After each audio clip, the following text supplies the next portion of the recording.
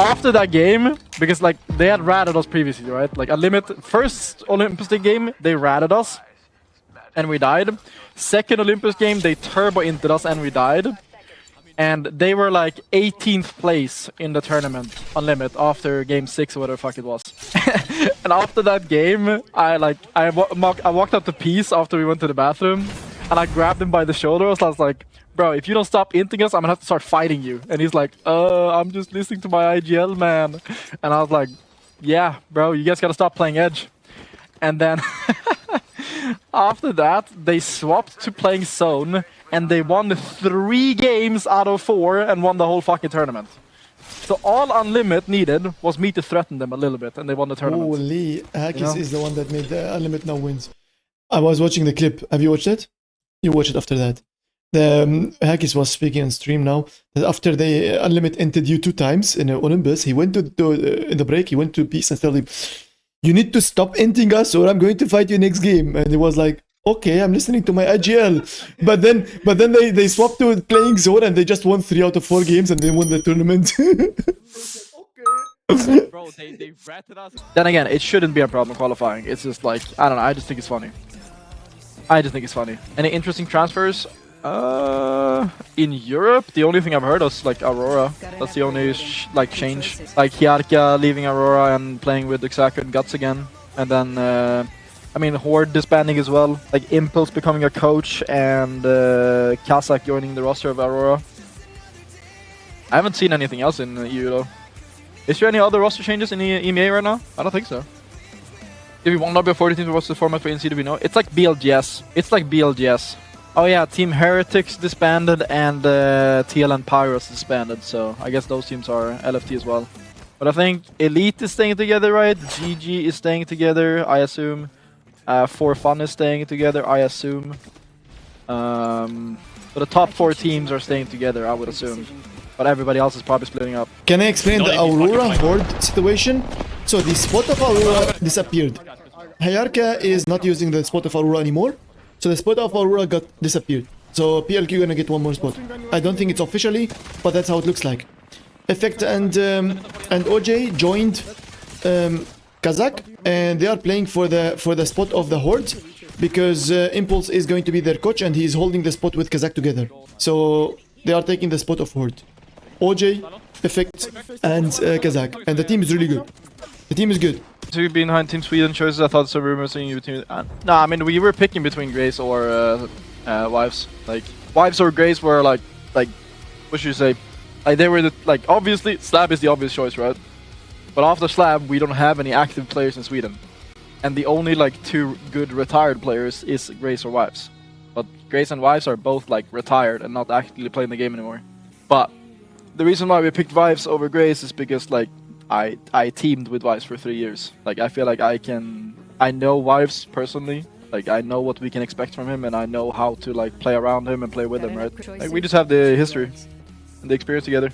Like Grace is obviously a good player, and like if Wives couldn't play, I would have picked him. But Wives was my teammate for 3 years, so I feel like I would have better synergy than Wives and Grace. People are getting like this words right now all the time that Nate is maybe cheating because he did not perform in any LAN right now. He's a crazy online. Go back. I think they're sending you. I'm coming to you. So it's I'm defending Nate for one thing just right now until it's proven otherwise. Okay, what I'm going to give you an example. Unlucky has underperformed the LANs that he played with Matafi, and not because Unlucky was cheating, because you already know Unlucky is one of the best in the world. When he got the right player, the IGL with him, he just performed really well, or the right team to enable him. And this might be the same exact situation as a Nate. So I'm just giving you this example. I'm not going to defend Nate. I'm not going to be saying anything. I'm just telling you as slow down on that. Slow down on that, because many people were saying, oh yeah, Unlucky was cheating for sure, and so on. But no, he's like, Unlucky is one of the best just because he underperformed. I mean, it's kind of sad how it ended. Like, I feel like if they had actually just played Zone like they did in Pro League, if they just played the way they played in Pro League, they would have like done good and probably actually been the best team in finals, like out of EMEA. But like, them just forcing edge and forcing stupid fights. I don't know who like made that call, but that was like, I don't know, bro. They are literally a zone team, and they just forced edge for no reason in the worst time to ever play edge in the entire game. Yeah. That was a very questionable decision. I mean, I was watching live. Like, I was watch partying from EWC, like when I watched the games. Oh, yeah, I remember. But I mean, I don't know. It's just Suni's a great player, but I mean, if we're talking recency, he didn't even qualify for LAN, so I can't put him in the top, like right now at least. But yeah, Suni's a great player. Suni is a great player. Oh yeah, Nags and fucking Tyler too. Yeah, there were fucking 5 British players in finals. Nags and Tyler too. Chaotic did not make LAN, chat. Like I'm never going to say this player is best. I'm never going to say a player is the best player in the world if they're not even in the finals at LAN. You know what I mean? I'm sorry, but that brain dead. Like, no offense. Saying that a player is the best and he's not even at the finals in the LAN, like you're just wrong. Like, no offense. Hey, they're all great players. Don't get me wrong.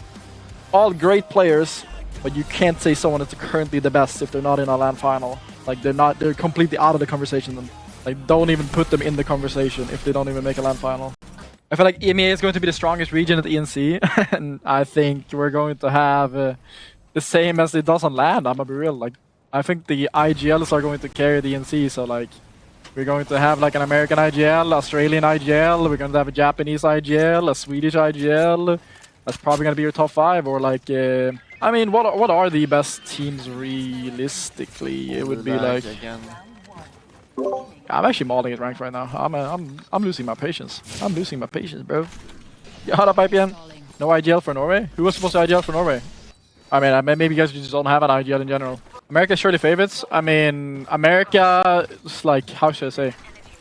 I think there's a lot of good regions outside America. Like, Blinkser, for example, is Canada. Blinkser's an amazing IGL.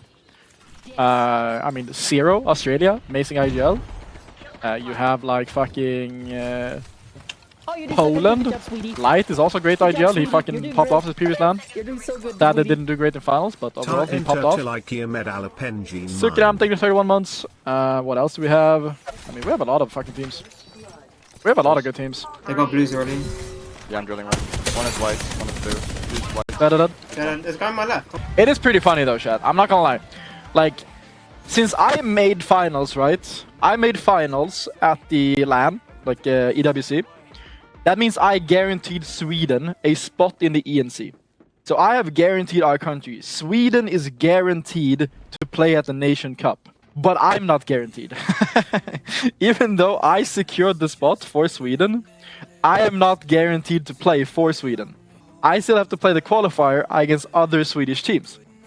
So we have to play together and scrim and be ready for the qualifiers and be the best Swedish team going into the tournament, even though I am the one that guaranteed our country a spot for the ENC. I just think that's very funny. I'm not gonna, I think that's very funny.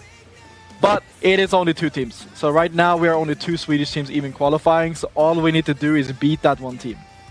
All we need to do is place better than one other Swedish team at the moment. But yeah, I mean, I guess it makes sense for like countries that have a lot of teams, I guess. Like, for example, America, right? Like, you can't really, like... Yeah, exactly. I was just about to say. Like, that rule makes sense for, like, countries that have a lot of players. But when there's, like, only one player guaranteeing the spot for a team, it feels weird.